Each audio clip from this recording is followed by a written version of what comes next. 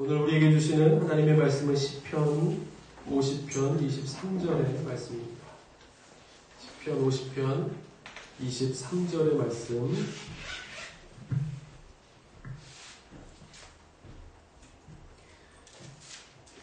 제가 봉독해 드립니다. 감사로 제사를 드리는 자가 나를 영화롭게 하나니 그의 행위를 옳게 하는 자에게 내가 하나님의 구원을 보이리라. 아멘. 5월은 가정의 달입니다. 지난주는 또 가정의 주일이었고 또 어린이 주일이었고 오늘은 어버이 주일인데 우리가 가정의 달이니만큼 또 한번 이렇게 생각해 볼 수 있는 것이 그런 것 같아요. 또 자녀가 자라고 또 이렇게 시간이 가면서 또 이 가정에 대해서 생각하면서 여러 가지 갖게 되는 생각들이 있는 것 같습니다. 그래서 이렇게 쭉 보다가 뭐 가스펠은 아니지만 여러분들 보신 분들도 계실 겁니다. 여러 여기 이렇게 연관된 그 영상들도 많이 있는데 한 번쯤 이렇게 보면서 가사의 그 의미를 한번 되새기면서 우리가 이때쯤 또 우리가 부모에 대한 또 자녀에 대한 또 새로운 이 마음들을 한번 되새겨 볼 수 있는 그런 시간이 될 수 있었으면 좋겠다 하는 마음에서 우리가 한번 보았습니다. 말씀드린 것처럼 5월은 가정의 달입니다. 지난주 뭐 어린이 주일 또 여보의 주일 맞이해서 다행히 이제 조금 우리가 사회적으로 어려움을 겪었던 이 코로나19도 조금 진정이 된 것 같고요. 뭐 끝까지 우리가 조심해야 되겠지만 그래도 이렇게 반가운 얼굴들을 간혹가다 보게 되니까 참 좋습니다. 그리고 저도 늘 화면으로만 보다가 이렇게 얼굴을 보면서 설교하는 것이 참 좋은 것 같고 기도에도 나왔지만 우리가 일상적인 것들에 대한 가치를 다시 한번 되새겨 볼 수 있고 더 나아가서는 우리의 삶의 평범함이 이렇게 숨을 쉬고 호흡하면서 건강하게 살 수 있다는 그 자체가 얼마나 우리에게 주신 큰 축복인가 하는 것을 다시 한번 깨닫게 됩니다. 이것이 성경에서 말씀하는 가난한 마음이 아니겠는가. 그러한 마음으로 우리가 다시 한번 신앙의 탑을 이렇게 쌓아간다고 하면 이전보다 더 어려움이 있었을 때보다 한 걸음 더 성장하는 믿음의 삶을 좀 경험하게 되지 않을까 하는 기대감도 갖게 됩니다. 그러면서 오늘 말씀을 나눌 때 이 말씀에서 주시는 또 하나님의 그 마음들이 각 가정 가운데 잘 전달되어져서 오늘도 하나님께서 이루신 일들만 바라보아야 합니다 하는 제목으로 말씀을 나눌 때 우리 각자에게 주시는 하나님의 마음을 품는 귀하고 복된 예배 시간 다 되실 수 있기를 바랍니다. 우리 무엇으로 우리의 그 가정을 통해서 하나님께서 뭐 누구나가 다 가정이 이렇게 잘 되고 복된 가정, 행복이 있는 가정이 되기를 누구나가 다 바랄 것입니다. 그런 것처럼 이 가정은 우리 삶의 시작점과 같지요. 가정에서부터 모두 이렇게 우리의 삶의 일터로 나아가고 또 학교로 나아가고 그렇게 되는데 그래서 하나님께서는 가정을 통해서 천국을 맛보게 하시고 또 쉼을 맛보게 하시고 또 그곳을 통해서 하나님의 계획을 구체적으로 이루어 가십니다. 그렇다면 무엇으로 우리의 가정을 통해서 천국을 맛보게 하시고 또 그 가정을 통해서 하나님의 계획을 이루어 가도록 하시겠습니까?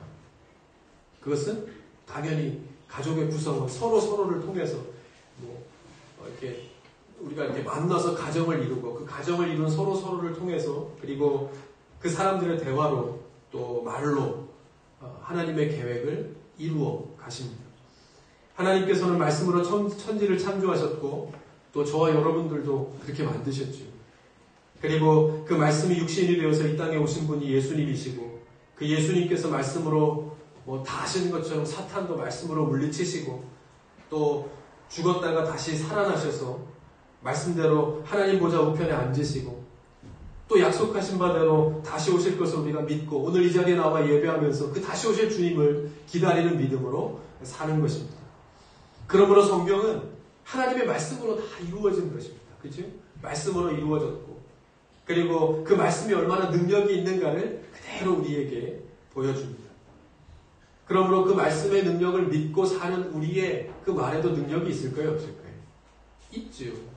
당연히 믿는 사람의 말에 엄청난 능력이 있음을 성경은 우리에게 가르쳐주고 있습니다. 조선시대 초기에 황이라는 유명한 정승이 있었습니다. 그가 아메어사의 명을 받아서 남쪽을 향해서 이렇게 내려갈 때의 일인데 마침 모래는 철이라서 들판에 사람들이 많이 흩어져서 부지런히 일을 하고 있었다고 합니다. 한 곳을 지나다가 늙은 이 농부가 황소 한 마리와 검정소 한 마리를 부려서 논을 갈고 있는 것을 보게 됩니다. 어사는 잠시 동안 이 논을 이렇게 갈고 있는 그 광경을 이렇게 구경하다가 쉬다가 늙은 농부를 향해서 물었습니다. 저기 그 황소와 이 검정소 중에 어떤 소가 더 일을 잘합니까? 이렇게 물었다고 합니다. 늙은 농부는 이 말을 딱 듣더니 일손을 놓고 어사 황이가 있는 곳으로 이렇게 조심조심 이렇게 와서는 귀에다 대고 가만히 조용하게 이렇게 말을 했다고 합니다. 황소가 더 일을 잘합니다. 이렇게 얘기를 했다고 합니다. 이 말을 듣고 이 어사가 어이가 없는 거죠. 이런 대수롭지 않은 일을 왜 그렇게 여기까지 와서 그렇게 귓속말로 이야기할 필요까지는 없는데 황당하기도 해서 어사가 또 다시 물었습니다. 그런 일로 뭐 이렇게 귓속말까지 하고 그러십니까? 이렇게 얘기했더니 그 늙은 농부가 진지하게 이렇게 말했다고 합니다. 이 두 마리의 소가 다 같이 일을 하고 있는데 한쪽 소만 일을 잘한다고 칭찬을 하면 다른 소가 얼마나 기분이 나쁘겠습니까? 그렇게 얘기했다고 합니다. 이 말을 딱 듣는 순간 황희정승은 크게 깨달음이 오죠. 그래서 죽을 때까지 이 말을 조심하면서 살았다고 합니다. 그때의 그 깨달음으로 인해서 후에 조선시대를 통틀어 최고의 정승이라는 이 반년에 이 황희가 오를 수 있었다. 이렇게 기록합니다. 성경은 온전한 사람은 말에 실수가 없는 사람이라고 그렇게 말씀합니다. 그러니까 사용하는 언어가 부정적이면 부정적인 삶의 열매가 맺히고 행복한 언어를 사용하고 또 선포하면 행복한 인생을 살게 된다는 것은 이미 우리에게 잘 알려진 이 과학적 실험 결과이기도 합니다.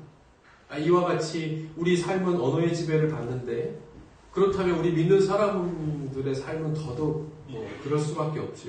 앞서 말씀드린 것처럼 말에는 능력이 있기 때문입니다.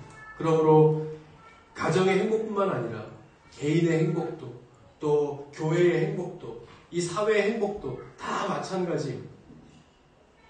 이 성경에도 야고보 사도는 아마도 이 말에 대한 어떤 어려움을 아주 직접적으로 경험해 보았을지 모르겠습니다. 유독 언어에 대해서 강조하여 말씀하는 부분이 많은데 그 곱비 하나로 이 거친 타는 말, 곱비 하나로 그런 거친 말을 이렇게 자유자재로 부릴 수 있는 것처럼 사람의 혀도 그와 같다는 겁니다. 어디로 튈지 어떻게 될지 어떤 일이 벌어질지 모르는 사람의 그 인생이라는 것을 곱비 하나로 그 거친 말을 다루는 것처럼 우리의 혀가 우리의 삶을 성공으로 혹은 실패로 이끄는 가장 중요한 키라고 그렇게 야고보 사도는 말하고 있지요. 그것은 근데 우리가 늘 말로 실수를 하기도 하지만 꼭 그것 때문에 말씀하는 것이 아니라 여기서 이야기하는 것은 뭐예요? 우리 말에 그만큼 능력이 있다 하는 것을 우리에게 강조하여 말씀하고 있는 겁니다. 인생을 살다 보면 아주 소홀히 여기고 하찮게 생각했던 것들이 이건 아무것도 아니야. 나에게는 별 중요한 것이 아니라고 생각했던 것들이 어느 순간에 굉장히 중요한 그 열쇠로 다가오는 것을 우리는 경험하게 되지 않습니까?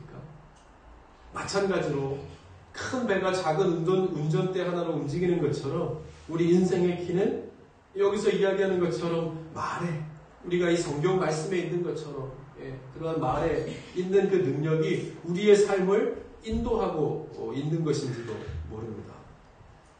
오늘 우리가 함께 기억해야 할 말씀은 바로 이것입니다. 뭐예요? 말씀에 능력이 있다 하는 겁니다. 말에는 엄청난 권세가 있지요. 예부터 말은 이 언어는 말은 그 언어를 이렇게 소통하는 도구로 사용되어 왔지만 그 이상의 엄청난 권세가 있고 능력이 있다는 것은 우리는 성경을 통해 예수님의 삶, 하나님의 말씀을 통해서 우리는 배우게 되는 것입니다. 히브리서 11장 3절에 이런 말씀이 있습니다. 믿음으로 모든 세계가 하나님의 말씀으로 지어진 줄을 우리가 아나니. 이렇게 말씀합니다. 이 말씀에만 봐도 모든 세계가 무엇으로요? 하나님의 말씀 하나로 지은 바 되어졌다 하는 겁니다.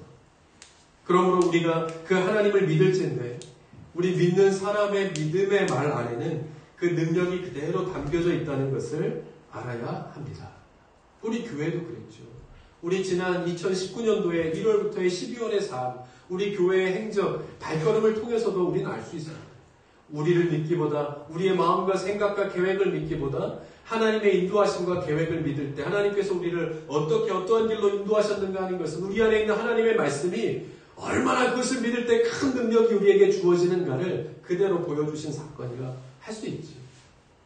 마가복음 11장에도 보면 말이 단순히 언어 수단만이 아니라는 사실을 우리에게 알려주는 그러한 이야기가 나옵니다. 예수님께서 제자들과 함께 아침 일찍이 예루살렘 성전으로 올라가시는 길에 길가에서 한 무화과 나무를 보시고 말씀하십니다. 마가복음 11장 14절에 보면 뭐라고 말씀하시는가 하면 예수께서 나무에게 말씀하여 이르시되 이제부터 영원토록 사람이 내게서 열매를 따먹지 못하리라 하시니 제자들이 이를 듣더라. 가다가 무화과 나무에 열매가 있나 보니까 열매가 없었단 말이죠. 거기에 열매가 맺혀질 계절이 아니다 이런 여러 가지 이야기들도 주석도 있지만 어쨌든 이 사건을 볼 때 이 무화과 나무가 말을 알아듣겠습니까? 못 알아듣겠습니까? 억울한 일이죠. 아니, 내가 크게 잘못한 걸 와서 그런데도 예수님께서 와서 내게서 열매를 이제부터 영원토록 따먹지 못하리라고 말씀하시는 걸로 보았을 때 이 당연히 말을 알아듣지 못하는 무화과 나무에게 말을 거셨다는 것은 무엇을 의미하는 것이겠습니까? 이것은 이 세상 모든 것에 말의 영향이 미치지 않는 것이 없다는 것을 예수님께서 우리에게 말씀하고 있는 것입니다. 뿐만 아니라 이것만이 아니죠. 요동치는 파도를 보고도 잠잠하라 고요하라. 예수님 무엇을 보고 말씀하시는 것입니까? 그때 잠잠하라 고요하라. 말씀하실 때 파도가 잠잠해지죠. 해에게도 달에게도 멈춰라 말씀하시고 심지어 죽은 시체에게까지도 말씀하여 일으키시는 것을 보면 뭐예요? 능력, 말씀이 능력이라는 사실을 우리에게 그대로 가르쳐주고 있는 겁니다. 그런 의미에서 볼 때 우리 가정을 또 우리 교회를 우리 각자의 삶을 무엇으로 더 복되고 이 땅에 하나님 나라를 이 땅에 살지만 하나님 나라를 경험하는 곳이 될 수 있도록 하는 것이겠습니까? 하면 뭐예요? 우리가 나누는 축복의 말, 축복의 말씀으로 가능하다는 것을 이렇게 선포되어지는 주의 말씀을 우리가 산다는 것을 믿으십니까?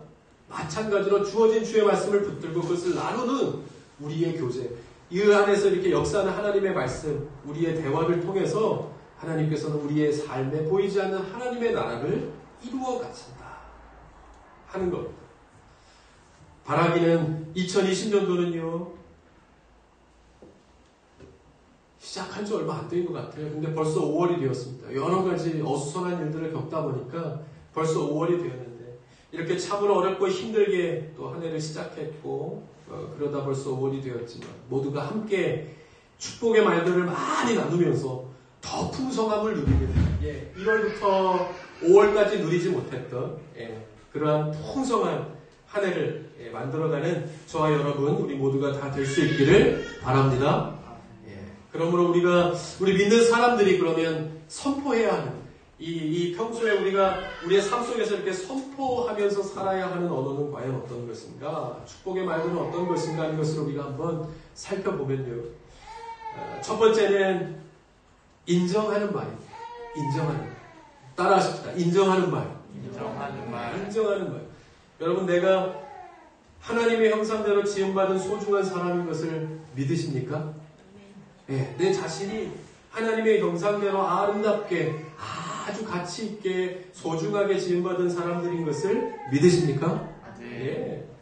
인정하는 말이란 내가 나를 그렇게 인정하는 것처럼 그것으로 끝나지 않고 다른 사람도 다 그렇다는 것을 인정하는 것을 말합니다. 그렇지 않은데 나만 그렇고 저 사람은 아닌 것 같은데 특별히 생각해서 내가 이렇게 인심 쓰듯이 좋은 말을 해주는 그런 차원의 말이 아니라 그냥 인사치레라는 것이 아니라 너는 하나님이 만드신 정말 소중하고 가치 있는 사람이야 라는 것을 인정하는 것입니다. 저와 여러분의 가치가 얼마나 큰지 아십니까? 기억하시죠? 예수님 짤이다. 예수님 짤이다. 예수님의 생명값을 지불하고 사신 그런 사람들입니다. 우리의 가치는 예수님 짤입니다. 그것을 인정하는 겁니다. 당신은 예수님 짤입니다. 같이 한번 얘기하십시다. 옆에 사람에게 마스크 잘 쓰시고 너는 예수님 짤이야.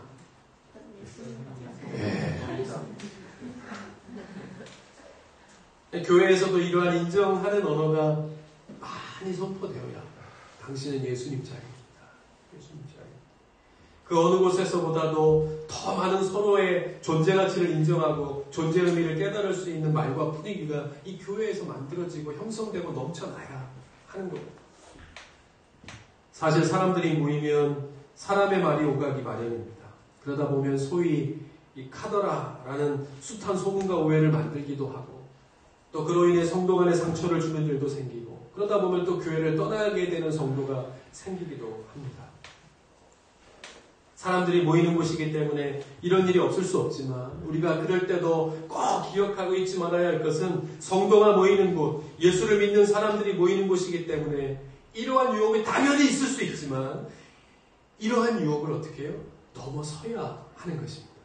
이겨내야 하는 것. 이러한 우리가 사람이기 때문에 어쩔 수 없는 것들을 어떻게 해요? 말씀으로 이겨내고 예수님께서 그리하셨던 것처럼 사람을 세우고 살리는 일이 우리의 일이 될 수 있도록 노력해야 합니다. 왜? 우리는 예수님 짤이기 때문입니다. 할렐루야. 네. 그렇기 때문에 해야 하고 할 수 있는 것. 가정도 마찬가지입니다. 사실 가정은 더 편하고 서로에 대한 긴장이 풀어지는 곳이기 때문에 이것이 더 어렵죠. 기독교 가정사역연구소의 조사 자료에 의하면 자녀들이 가장 상처받는 말이 무엇인가 했을 때 1위가 뭐냐면 43%가 넌 제대로 하는 게 없어. 그런 말이었다. 넌 제대로 하는 게 없어. 반대로 부모가 자녀로부터 상처를 받는 말도 있는데 그 중에 1위가 뭐겠습니까? 1위가 뭘까요?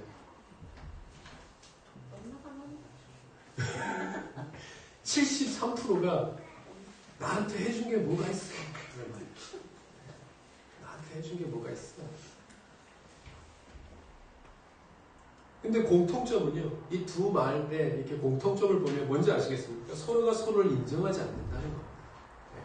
서로가 서로에 대한 게 드러나는 것이 아니라 속에 숨겨진 내면의 그 서로에 대한 감정을 이해하지 못함에서 오는 갈등이라는 겁니다. 그렇다면 여기서 해결책을 찾아야 돼. 가장 힘이 되는, 서로에게 힘이 되는 말은 무엇이겠습니까? 당연히 반대로 생각해보면 압니다. 인정해주지 않는 거니까. 반대로 힘이 되는 말은 인정해주면 되는 거예요. 인정받는 언어입니다. 부모가 자녀에게 최고로 듣기 좋은 말이 그거였다면 너는 최고야. 또 반대로 자녀가 부모에게서 듣고 싶은 말 최고가 뭔지 아십니까? 그게 바로 또 너는 최고야 라는 말이 있다고 합니다. 그러니까 이유를 불문하고 인정해주고 높여주는 말이 그 어떤 사람들을 제외하고라도 다 누구나가 다 좋아하는 말이었다 하는 것을 알 수 있습니다. 이게 뭐 힘들겠습니까? 한번 해봅시다. 옆에 사람에게 너는 최고야. 뭐 인정하기 싫더라도 한번 너는 최고야 라는 거예요. 성도들 간에 가족 간에 이러한 말이 많이 오갈수록 자아가 건강해지고 자존감이 높아지고 그로 인해 큰 일을 감당하는 사람이 될 수 있다 하는 겁니다. 이렇게 서로가 인정하는 말을 많이 함으로써 그 말의 힘을 이제 금년 한 해 우리가 함께 이루지 못했던 일에 이 능력을 잘 부여함으로써 감당하고 또 이루어가는 저와 여러분들 다 되실 수 있기를 바랍니다. 두 번째는 격려하는 말입니다. 격려하는 말. 그 미국의 그 감옥에 있는 그 재소자들이 대부분이 성장하는 동안에 부모로부터 가장 많이 들었던 말을 조사해 보니까 그게 뭔지 아십니까? 너 같은 놈은 감옥에 가야 해 라는 말이었다. 그런 말을 제일 많이 들으면서 컸다고 합니다. 여러분 그런 생각 들지 않습니까? 어떤 부모가 자식에게 이런 말을 할 수 있을까? 야, 참 너무했다 하는 그러한 생각을 할 수 있지만 우리는 다르겠습니까? 네. 한국의 부모들도 무의식 중에 인격적으로 사랑이라는 미명 아래 자녀를 깎아내리고 비난하는 말들을 많이 한다는 겁니다. 괴테는 이렇게 말했다고 합니다. 인간은 보이는 대로 대접하면 결국 그보다 못한 사람을 만들지만 보이지 않는 잠재력대로 대접하면 그보다 더 큰 사람이 된다. 이렇게 말했다고 합니다. 사람은 누구나 격려와 지지가 다 필요하죠. 이 국회의원들이 그런다고 하지 않습니까? 왜 떨어질 걸 몰라? 왜 모르지? 그건 우리만 아는 거죠. 국회의원, 후보자들은 모른다고 하더라고요. 왜냐하면 그 선거 유세를 나가면 막 사람들이 막 소리를 질러주고 막 사인 받고 김형재 막 이러니까 될 것 같대요, 그 순간에. 좀만 하면 되겠다. 그래서 밤잠을 설치고 잠을 안 자가면서 열심히 하는 거죠. 그러니까 떨어질 거를 생각하고 나가는 사람은 없다는 겁니다. 다 자기가 될 거라고 생각하고 가는 거죠. 이만큼 격려와 이 지지가 참 중요한 것인데 그것은 다르게 얘기하면 뭐겠습니까? 그만큼 우리가 연약하다는 것을 증명해주는 겁니다. 우리가 그만큼 무언가 채워져야 할 어떤 부분들을 늘 가지고 사는 연약한 사람들이라는 것을 반증해주는 것이겠죠. 또 이 말씀은 우리로 치면 뭡니까? 그래서 하나님이 필요하다. 하나님의 말씀에 귀를 기울이고 사람의 말보다는 이 세상의 소리에 귀 기울이기보다는 늘 세미하게 우리의 삶을 붙들어 주시는 하나님의 말씀에 귀를 기울여야 하는 이유가 거기에 있는 겁니다. 우리가 언제 힘을 얻고 또 어떻게 이겨내야 할지 하나님께서 다 아시기 때문입니다. 그래서 우리가 살다 보면 사람을 통해 또 그 사람의 말을 통해 혹은 이것은 나를 정말 넘어뜨리고 실패하기 위해서 옳은 일이야 라고 생각했던 그 일들조차도 지나고 나면 그 일이 오히려 나를 더 강하게 만들고 더 단련시키고 더 큰 감사를 느끼게 하는 그러한 일들로 반전되어지는 것들을 우리는 살면서 경험하면서 살지 않습니까? 왜요? 그 일의 주관자는 하나님이시기 때문에.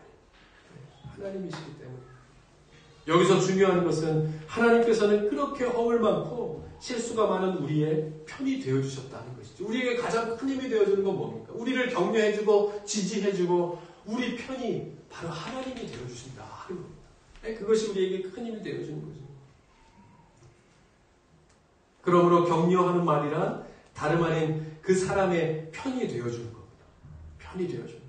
로마서 8장 28절에 이렇게 말씀합니다. 이와 같이 성령도 우리의 연약함을 도우시나니 우리는 마땅히 기도할 바를 알지 못하나 오직 성령이 말할 수 없는 탄식으로 우리를 위하여 친히 간구하시느니라. 아멘. 무슨 말입니까? 성령도 우리 편이라는 말이에요. 우리가 얼마나 연약한지 이미 다 아시기 때문에 떠나지 않고 늘 옆에서 동행하시면서 보호해 주시고 친히 인도해 주신다는 이 말씀이 그야말로 오늘을 살아가는, 이 땅을 살아가는 우리에게 얼마나 큰 위로가 되고 격려가 되는 말씀인지 모릅니다. 우리는 단 한순간도 성령의 도우심 없이는 살 수 없는 사람들. 어린 아기가 한순간도 엄마의 손을 떨어지면 넘어지고 깨어지는 것처럼 조금 더 보시지 않았습니까? 조금 전에도? 그런 것처럼 우리가 그래도 이렇게 살 수 있는 것은 우리가 붙잡고 있는 또 우리를 늘 붙잡고 계시는 성령의 도우심 그 손길을 통해서 우리가 살고 있음을 우리는 잊지 말아야 한다는 것입니다. 그러므로 기도하고 말씀 가운데 살고자 애써야 하는 이유가 바로 거기에 있죠. 어떤 다큐에 보니까 코로나19로 대구 경북이 어려움을 겪으면서 많은 의료진들이 이 도시뿐만이 아니라 이렇게 섬에 있었던 의료진들까지도 다 자기 일들을 내려놓고 다 대구로 모여들었습니다. 그야말로 감동적인 사연들이 너무나도 많아요. 그 사람들은 또 집을 못 가지 않습니까? 그죠? 집을 못 가니까 하루 종일 일을 하고 그야말로 보셨죠? 막 반창고 다 붙이고 이렇게 어느 곳 하나 다 나올 수 없을 정도로 다 싸매고 그리고 나서 몇 시간이? 10시간이고 막 견뎌야 되는 그래서 아무도 들어가지 않는 격리병동에 들어가서 그 환자들에서 가까이에서 약을 먹이고 주사를 놔주고 그러면서 섬기지 않습니까? 이 사람들도 또 집에 못 가니까 어떻게 해요? 끝나고 나면 그 병원 장례식장에서 먹고 자고 숙식을 해결합니다. 이 일이 언제 끝날지도 모르는 그러한 순간에서 가족들에게 가지 못하고 이게 그게 다 무엇이겠습니까? 그런데 이 사람들이 이야기합니다. 자신들이 그러함에도 불구하고 이 책임감이나 사명감 때문에 일을 하지만 무엇보다 이럴 때 가장 힘이 되어주는 것은 첫 번째 옆에 있는 동료. 함께 이렇게 고생하는 동료들이 무엇보다 가장 큰 힘이 되고 그리고 두 번째는 이 자신들에게 보내오는 많은 그 사람들의 격려와 지지, 응원 이런 것들 때문에 이겨낼 수 있다는 겁니다. 이겨낼 수 있다.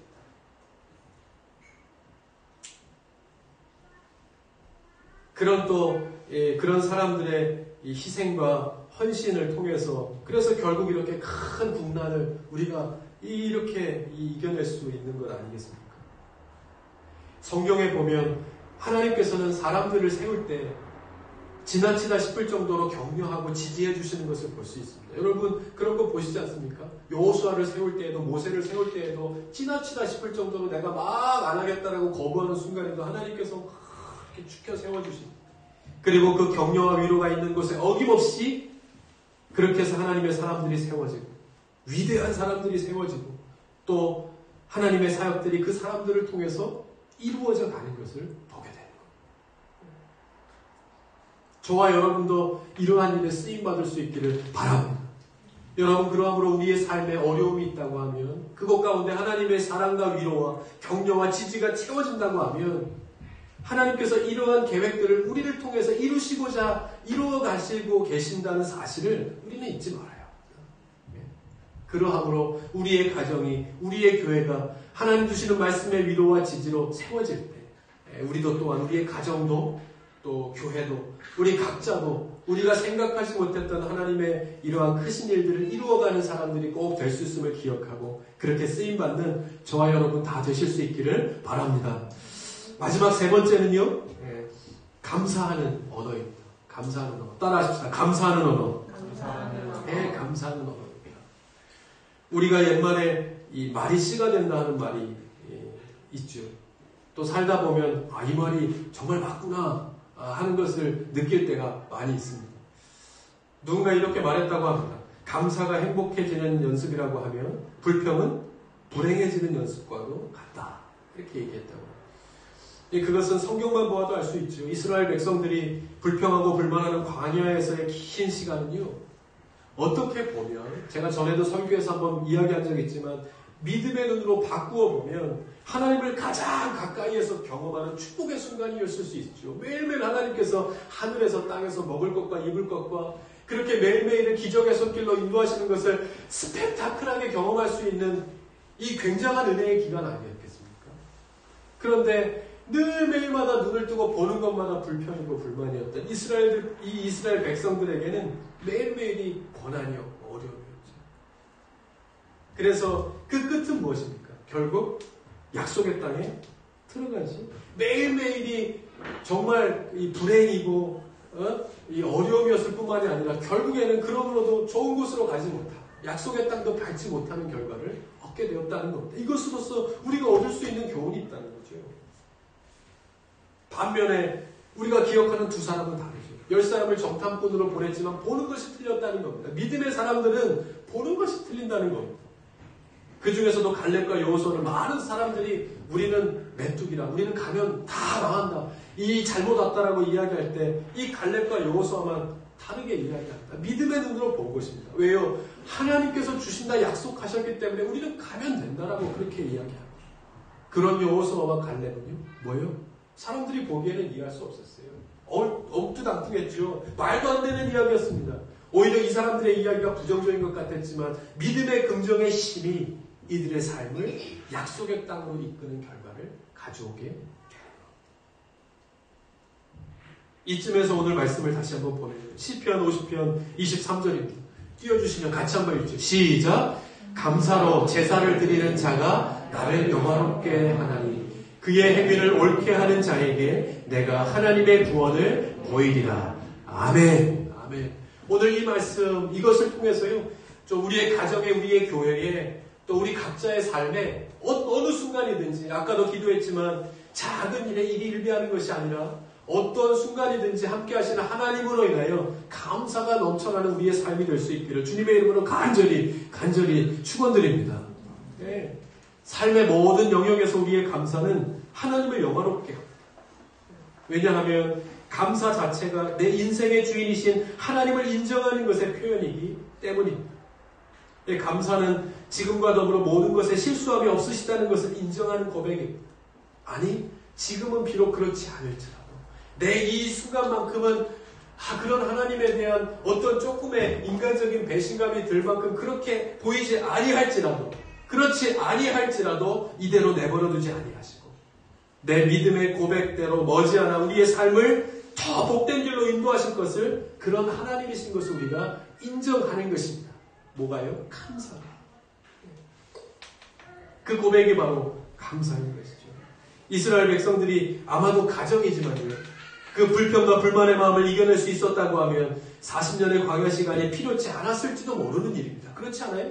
바로 들어갔을 수도 있었겠고, 또 이 40년을 머물렀다 할지라도 그 시간은 또 하나의 장소만 광야이었지, 그 어느 때보다 풍성함을 누리는 하나님을 가장 가까이에서 더 깊이 있게 만나는 굉장히 아름다운, 그야말로 약속의 땅에서의 축복을 한 번 더 누리는 시간이 될 수 있었을지도 모릅니다. 여러분, 그러므로 우리는 원망과 불평의 마음을 몰아내야 합니다. 우리 가정에 원망과 불평이 있었다고 하면 몰아내고, 우리 교회에도 원망과 불평이 있다고 하면 몰아내야 합니다. 우리 각자에게도 내 안에 나 자신을 향한 이 원망과 불평의 마음이 있었다고 하면 떨쳐내야죠. 왜냐하면 감사는 믿음의 표현인 것과 같이 불평과 불만은 불신앙의 표현이기 때문입니다. 바라기는 이번 가정의 날을 맞이하여 이 믿음의 눈을 회복하실 수 있기를 바랍니다. 무엇이 우리 가정과 교회와 나 자신의 삶의 행복을 파괴하는 것인가? 우리 속담에 10가지 잘해주다가 한 가지를 잘못하면 불평한다 하는 말이 있습니다. 그런데 참 희한하게도요, 이 모든 신앙적 원리가 이 속담으로 다 통하는 것 같습니다. 아담과 하와도 그 좋다는 많은 열매는 다 고사하고 먹지 말라는 한 가지에 집착하다가 하나님과의 관계가 끊어져 버리게 되죠. 이스라엘 백성들도 매일매일 주어지는 기적과 같은 하나님의 은혜는 보지 못하고 한 가지 없고 한 가지 부족한 이 욕망의 눈이 어두워 없는 것에, 먹고 싶은 것에 집중하다가 결국 약속의 땅을 밟지 못하게 되는 겁니다. 중요한 것은 하나님께서 이루신 것들을 보는 것이고 하나님께서 이루실 것들을 바라보는 것입니다. 다시 한번, 중요한 것은 하나님께서 이루신 것들을 보는 것이고 하나님께서 이루실 것들을 바라보는 것입니다. 그럴 때 우리가 감사할 수 있습니다. 그럴 때 지금의 그를 아니하실지라도 감사할 수 있는 그 마음이 우리 안에 충족될 수 있는 겁니다. 그럴 때 그 안에 담겨진 이 잠재력이 보이고 비전이 보이게 되는 겁니다.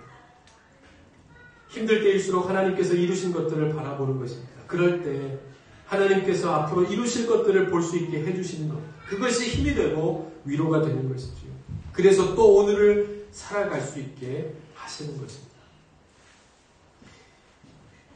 우리 예람들 교회를 보면 어떻습니까? 감사한 일이 더 많으십니까? 아니면 걱정과 근심이 더 많으십니까? 솔직하게, 사실 정말 솔직하게 말씀드리자면 이제는 걱정과 불평거리들이 더 많습니다. 예배드리는 장소도 좁지요. 2m 떨어져 앉으라는데 이건 남의 얘기지 어디서 2m를 떨어져 앉겠습니까? 계단에 하나씩 이렇게 한 명씩. 옆 사무실이 좀 비워져야 될 텐데 그것도 마음대로 안 되죠. 4층도 식당으로도 도서관으로도 사용하기에 크기도 애매하고 짐이 하나만 생겨도 이거 어디다 올려놓을 것도 마땅치 않습니다. 예배실이 생겨서 너무너무 감사했던 얼마 되지 않았습니까? 그때 그 마음과 생각은 차가 생기고 또 이 카페가 생겨서 너무너무 감사하고 감격했던 마음들이 이제 다 어디로 사라졌는가?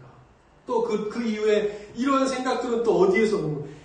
그때는 이런 생각들이 안 들 것만 같았지. 그러나 또 어느새 또 파고듭니다. 그래서 생각해보면 감사하는 일보다는 이제 앞으로의 또 걱정과 근심이 내 안에 가득한 것을 보게 되는 거예요. 그러나 분명한 것은 이렇게 불평하고 불만하는 이유가 다 있죠. 뭐겠습니까? 그것은 잘 되기 위해서죠. 그렇죠. 우리가 걱정하고 근심하는, 내일을 걱정하고 근심하는 이유가 뭐겠습니까? 내가 잘 되기 위해서, 교회가 잘 되기 위해서, 가정이 잘 되기 위해서 불평하고 불만하는 것인데, 그런데 어느 날 하나님께서 제게 그런 마음을 주셨습니다. 누가 너더러 얼만큼 잘 돼야 한다고 그러더라. 누가 너더러 뭐 얼만큼 잘 되라고 그러더라. 뭐가 잘 되는 것인데? 뭐가 성공하는 것인데? 그래서 결국에는 불평하고 불만하는 것이면 다 소용없다. 그런 마음을 주시면서 주신 말씀이 바로 오늘 이 시편 50편 23절의 말씀이었습니다. 다른 어떤 것보다 감사의 제사를 기뻐하시는 하나님에 대해서 다시 한번 깨닫게 하십니다. 여러분, 이 가정의 달, 우리 안에 능력이신 하나님께 대한 감사의 마음이 얼마나 많이 있는가 살펴보면서 그 감사의 마음을 통해 이루실 가정과 교회와 우리 서로를 잘 섬겨나가는 우리 모두가, 건강한 우리 모두가, 우리 교회가 될 수 있기를 바랍니다. 우리 말씀을 정리하죠.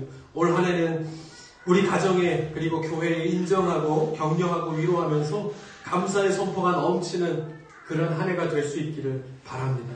그래서 우리가 하나님을 영화롭게 하는 그러한 가정이 되고, 하나님을 영화롭게 하는 그런 교회가 되고, 또 하나님을 영화롭게 하는 우리 각자의 삶이 되면, 여러분, 그것이 성공이고 하나님 기뻐하시는 삶이 올바른 삶이지 않겠습니까? 그것이 우리의 목적이 되어지면 하나님께서도 2019년도 우리를 인도하셨던 것처럼 우리 또 다시 한번 우리가 예기치 않았던 일들로 다시 한번 숨을 고르고, 우리 또 이제 고3들도 학교를 가게 될 것이고, 또 우리 대학생들도, 이 신입생도 이제 학교를 5월에 또 보게 됩니다. 뒤늦었지만 새로운 마음으로 시작하는 우리 5월의 이 가정의 달에 각자의 마음들이 다시 한번 하나님의 말씀으로 굳건하여져서 어디에 있든지 시간은 줄어들었지만 더 알차고 복된 그렇게 한 해를 다시 한번 또 시작하는 저와 여러분 다 될 수 있기를 바랍니다. 아멘. 우리 같이 한번 기도할까요? 그러한 마음으로 우리 뭐 각자는 다 가정입니다. 우리 가정의 모양은 다 틀리지만 우리 한 사람도 가정이고, 두 사람이 모여도 가정이고, 네 사람이 모여도 가정이고, 또 우리 교회도 가정이고, 이렇게 우리 교회라는 틀 안에 주셔서 다시 한번 2020년도를 믿음으로 시작할 수 있도록 하셨고, 또 예기치 않았던 일들 가운데서도 믿음으로 잘 이겨낼 수 있도록 우리를 지켜주신 것이 하나님이십니다. 고백한 우리의 마음들을 오늘도 이 시간에 하나님 앞에 좀 고백하고 감사하면서 나아가십시다. 그래서 이 5월에 이 가정의 달에 다시 한번 우리에게 주신, 나에게 주신 가정의 소중함을 다시 한번 깨닫고, 나에게 주신 하나님의 계획이, 우리 가정에 우리 교회에 갖고 계신 하나님의 계획이 어떤 것인지 우리가 진지하게 한번 묻고, 그렇게 새롭게 시작하는 한 걸음 한 걸음의 우리의 삶의 발걸음을 나의 아버지 되신 하나님께서 분명하게 온전한 발자국이 찍힐 수 있도록 인도하여 주실 줄 믿습니다 하는 마음으로, 그리 아니하실지라도 온전한 계획을 함께 하시는 하나님을 믿기에 내가 오늘도 믿음의 걸음을 걷습니다 하는 마음으로 우리 함께 한번 우리의 가정을, 우리의 교회를, 나의 삶을 하나님 앞에 맡겨드리면서 같이 한번 주여 고백하시고, 오늘 우리의 기도를 들으시는 하나님 앞에 함께 한번 기도하면서 나아가십시다. 같이 기도합니다. 주여, 주님, 그렇습니다. 하나님, 오늘도 우리의 각자의 삶을 인도하시는 것에 감사하면서 오늘 5월 10일 이렇게 5월달 가정의 주일을 맞이하여 하나님 앞에 나와 예배합니다. 그동안에 우리가 예기치 않았던 일들로 인해서 어려움을 당하고 잠시 숨을 고르는 시간을 가졌습니다. 그럴 때 다시 한번 우리의 마음을 가난하게 하시고, 어떤 것이 소중한 것이고 참별 가치가 있는 것인지 깨닫게 해주시고, 다시 한번 그렇게 시작하게 하시니 감사합니다. 저도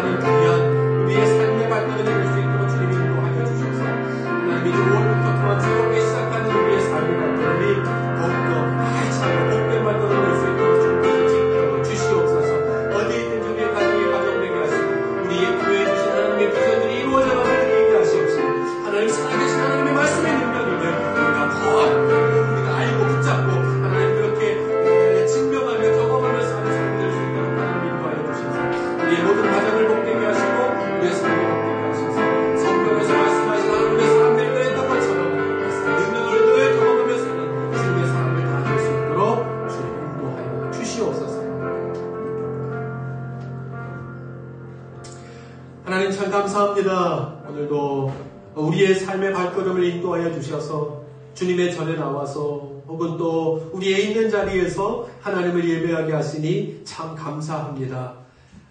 지금까지도 돌아보면 우리의 능력과 우리의 기술로 산 것이 아니라 세밀하게 어느 순간이든지 보이지 않게 붙잡아 주시는 하나님의 손길로 우리가 이 자리까지 온 것을 우리가 압니다. 오늘도 그 믿음의 눈을 들어 바라볼 때 우리의 각자 또 우리의 가정, 우리의 교회를 하나님께서 붙들어 주셔서 오늘 이 자리까지 머물게 하시고 그렇게 하나님을 예배하는 자로 살게 하시는 것 참 감사합니다. 그 감사의 마음들이 우리의 마음에 넘쳐날 수 있는 하나님의 은혜가 되게 하셔서 그렇게 감사가 넘치는 자가 하나님을 영화롭게 하고 하나님을 영화롭게 하는 자 곧 그의 삶의 발걸음을 하나님께서 인도하여 주신다는 사실을 잊지 않고 오늘도 그러한 걸음을 믿음으로 걸어가는 우리 모두가 다 될 수 있도록 하나님 인도하여 주옵소서. 아버지 이제 2020년도를 또 시작하면서 예기치 않았던 일들로 인해서 우리가 잠시 숨을 고르고 이제 또 5월 이 가정의 주의를 통해서 또 이 가정의 달을 통해서 다시 한번 우리가 새롭게 소소한 가치를 다시 한번 깨닫고 우리의 마음을 가난케 하셔서 어떤 것이 정말 복된 것이고 우리에게 주신 은혜인지를 다시 한번 깨닫고 다시 한 걸음을 시작할 수 있도록 인도하여 주시니 감사합니다. 이제 또 학생들도 학교를 가게 되고 우리의 직장들도 조금씩 이제 원래의 모습을 되찾아가는 과정 가운데 있는데 이 남아있는 어려움들을 잘 극복하게 하셔서 우리의 삶의 회복됨과 마찬가지로 우리의 삶에 주신 하나님의 은혜로 산다 고백함도 우리의 믿음의 고백이 점점 더 회복되어져서 그렇게 은혜 가운데 살아가는 믿음의 사람들 다 될 수 있도록 하나님 인도하여 주옵소서. 하나님 오늘도 우리의 가정을 돌아봅니다. 또 우리의 각자의 삶을 돌아보고 우리의 교회를 돌아봅니다. 그동안 인도하여 주신 것이 하나님의 은혜였고 그렇게 하나님께 의지했던 모든 것들대로 하나님께서 계획하신 바대로 우리를 인도해 주셨음을 압니다. 앞으로도 하나님을 더 의지하고 하나님 앞에 감사하는 마음으로 나아갈 수 있도록 인도하여 주셔서 그렇게 우리를 통해 이루시는 복된 열매들을 풍성하게 맺는 우리의 삶이 될 수 있도록 인도하여 주시고 또 우리 가정 가운데 갖고 계신 그 계획들이 우리의 믿음을 통해서 우리의 믿음의 고백을 통해서 더욱더 풍성한 열매들로 맺혀질 수 있도록 인도하여 주시사 그렇게 이 땅 가운데 살지만 매일매일 하나님과 동행함으로 천국의 삶 하나님의 나라에서 경험할 수 있는 평강을 누리는 삶을 사는 우리의 모든 복된 가정들 다 될 수 있도록 주님 인도하여 주시옵소서. 다시 한번 간절히 바라옵기는 우리 또 학생들, 우리 고3들 이번 주부터 학교를 가게 되고 또 우리 대학생들도 또 이제 이 학교를 가게 됩니다. 하나님 그 발걸음을 주님께서 인도하여 주셔서 영육간의 강건함을 주님께서 지켜주시고 그렇게 모든 이 사회에서의 일들이 정상적으로 잘 회복되어져서 또한 교회 일들도 예배도 잘 회복되어져서 함께 하나님 앞에 나와서 뜨겁게 예배하고 찬양하는 날이 속히 임할 수 있도록 하나님 함께하여 주옵소서. 이제는 우리 주 예수 그리스도의 은혜와 아버지 하나님의 극진하신 사랑하심과 성령님의 감화 감동 역사 충만하심이 오늘도 예배하면서 주님 앞에 모여서 우리의 모든 일들과 우리 가정의 일들과 교회 일들이 주님의 손에 있습니다. 고백하면서 함께 예배하는 모든 사람들의 머리 위에 그리고 모든 가정들 위에 그리고 우리의 계획들과 또 모든 사랑하는 사람들 위에 이 교회와 남과 북 위에 이제로부터 영원까지 함께 하시옵기를 간절히 축원하옵나이다. 아멘.